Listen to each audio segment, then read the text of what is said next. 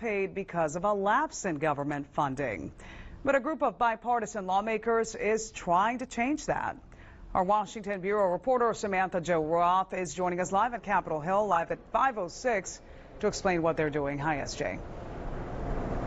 Well, Veronica, currently members of the U.S. Coast Guard are the only branch of the military that are not getting paid during this government shutdown, and that is because they are not under the Department of Defense, which is actually funded through this shutdown. They are under the Department of Homeland Security, which is not. And now a group of Florida lawmakers are working to change that as quickly as possible.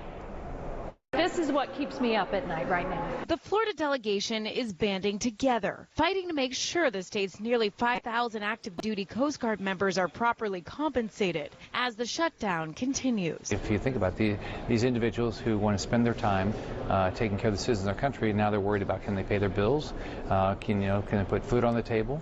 Can they pay their car payment? Things like that. They should never have to do that. Senator Rick Scott is co-sponsoring a bill that would appropriate money to pay salaries and allowances to members of the Coast Guard and contractors during this shutdown and future budget battles. And as the standoff over border security continues, Scott worries the shutdown could take a toll on members of the Coast Guard, a major line of defense in fighting the war on drugs. They're defending our borders. They're the ones who are doing the interdiction of the drugs that are coming in to the country. They track what's going on in Latin America.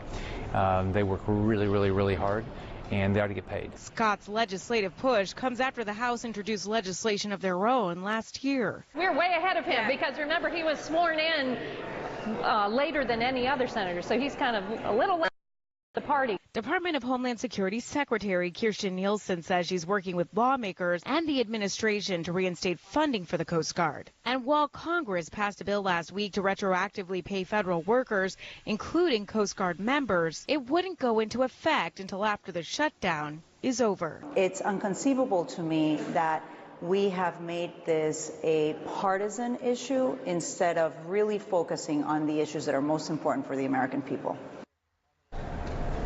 Now we reached out to the U.S. Coast Guard and they released this statement writing, quote, Coast Guard personnel will continue to perform their duties during the government shutdown.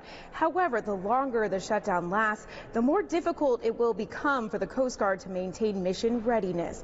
And we will continue to update you on this effort as we learn more. For now, reporting live on Capitol Hill, Samantha-Jo, Spectrum, Bay News 9.